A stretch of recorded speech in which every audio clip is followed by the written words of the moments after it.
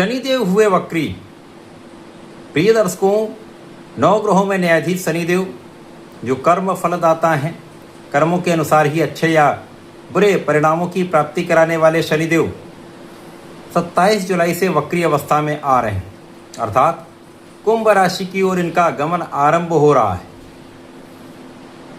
ज्योतिष में वक्री ग्रह को बलवान माना गया है और शनिदेव तो अत्यंत धीमी गति से चलने वाले ग्रह हैं, जिसके कारण इनका बल अत्यंत प्रभावी होने वाला है।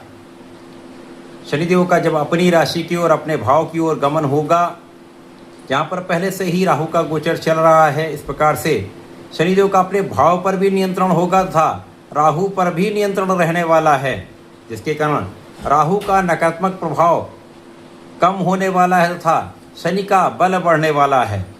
और इस वक्री काल का जो प्रभाव है समस्त राशि के जातकों पर कुछ बड़े ही विशेष परिणामों की प्राप्ति कराने वाला है। जय श्री गणेश, नमस्कार। मैं आचार्य संजय द्विवेदी। मेरे समस्त प्रबुद्ध दर्शकों का मेरे चैनल पर हार्दिक स्वागत है।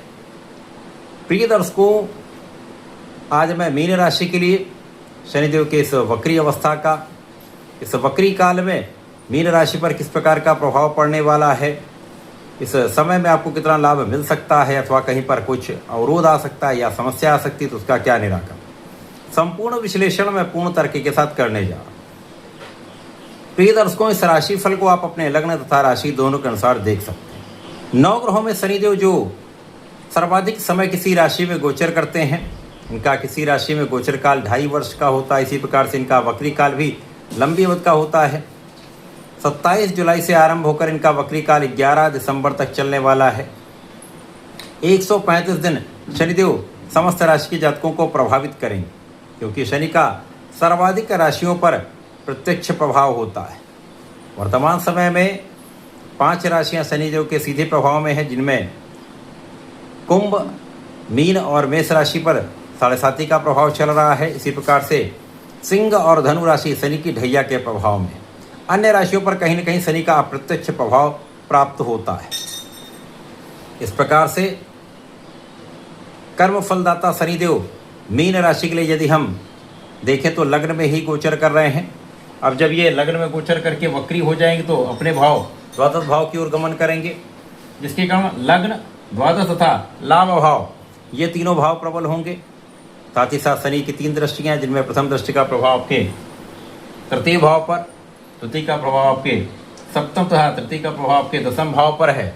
और जब ये वक्री होकर पीछे चलेंगे तो उसी प्रकार से इनका प्रभाव भी अन्य भाव पर पड़ने वाला है।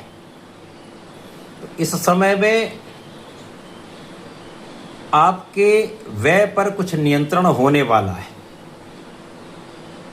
इस समय में जो बिना कारण आपकी यात्राएं हो रही थीं, जो आपके बिना कारण से व्यय हो रहे थे, उस व्यय और उस अकारण यात्राओं पर आपका नियंत्रण हो जाएगा। यद्यपि इस समय में कुछ व्यय बढ़ा रहेगा, परंतु अनावश्यक व्ययों पर नियंत्रण अत्यंत आवश्यक है। इस समय में आपका लाभ भी पहले से अधिक बढ़ने वाला है, क्योंकि इस वक्री काल में आपका भाग्य प्रबल होने लगेगा। जब आपका भाग्य प्रबल होने लगता है तो पहले से अधिक आपको लाभ प्राप्त होने लगता है, क्योंकि इस समय में आपका भाग्य लोगों के बीच में आपको प्रभावी बनाता है, लोगों का सहयोग प्राप्त कराता है, आ रहे अवरोधों को कम करता है, समस्याओं का निस्तारण करता है तथा कहीं न कहीं से आपके लिए लाभ के मार्ग बनाता है।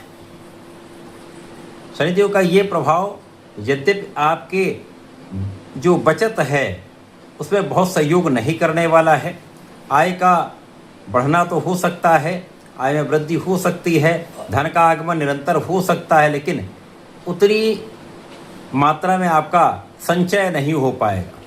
यहाँ ध्यान देने की आवश्यकता है। इसी प्रकार से आपको अपनी वाणी पर पूर्ण नियंत्रण रखना चाहिए। इस समय में परिवार के बीच में विशेष रूप से आपको बहुत संयमित, बहुत संतुलित व्यवहार तथा बात व्यवहार करना चाहिए, क्योंकि इस समय में वाणी का कठोर होना कहीं न कहीं आपके लिए, स्वयं के लिए समस्या कर सकता है। परिवार के बीच में उतना सामंजस्य नहीं मिल पाएगा, जिसके कारण आपको परिवार से उतना लाभ भी नहीं मिल पाएगा। लेकिन इस समय में जब आपकी स्वास्थ्य समस्याएं कुछ कम हो जाती हैं तो आप पहले से अधिक प्रयास कर पाते हैं, पहले से अधिक आप परिश्रम कर पाते हैं तथा इस समय में आपके जीवन साथी का पूर्ण सहयोग मिलेगा।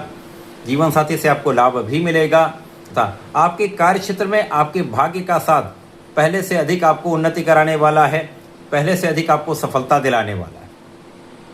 यहाँ पर कहीं ना कहीं कोई ना कोई ऐसा व्यक्ति आपको सहयोग कर देगा, या कोई कार्य आपका उतना अच्छा नहीं हो पा रहा, वहाँ पर भाग्य के साथ के कारण कुछ ऐसा होगा जिसके कारण आपको उसमें बहुत कठिनाई नहीं होगी, बड़ी समस्या नहीं होगी।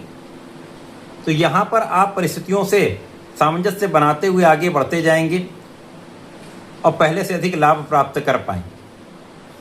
शनि का ये वक्री काल आपको आपकी कानूनी समस्याओं से बचाने वाला है। आपकी कानूनी समस्याएं यदि हैं तो उन पर आपको विजयी बनाने वाला है। जो अनावश्यक व्यय इन कार्यों में हो रहा था उस पर नियंत्रण लगाने वाला है तथा शत्रुओं पर नियंत्रण रखने वाला है। शनिदेव का ये वक्री काल जब राहु को नियंत्रित करेगा तो राहु से उत्पन्न दोषों को भी ये नियंत्रित करेगा।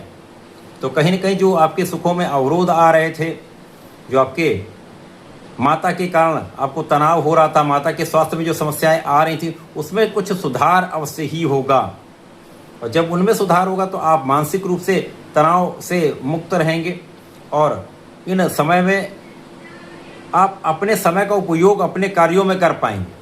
अनावश्यक कार्यों में आपका समय व्यर्थ नहीं होगा।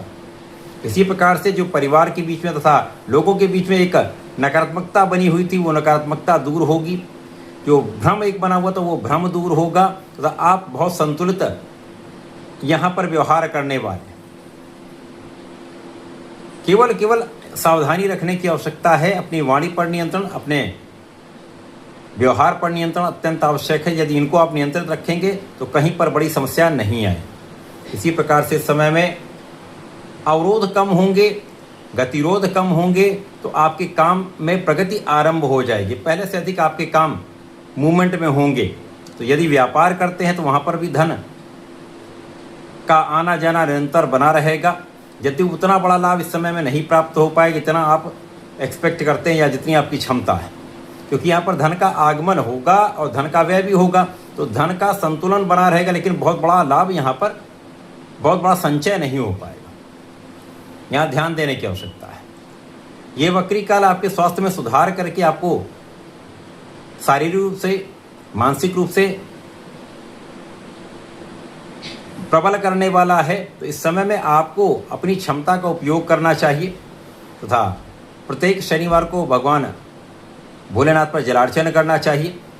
नमः शिवाय पंचाक्षर मंत्र का जप करना चाहिए तथा इस समय में यदि आप काले तिल का अर्पण करते हैं तथा संध्या के समय में ओम सम शनिश्चराय नमः का जप करते हैं तो इस समय का उपयोग करके आप लाभ ले पाएँ। ऐसा करके इसका उपयोग करें। धन्यवाद। नमस्कार।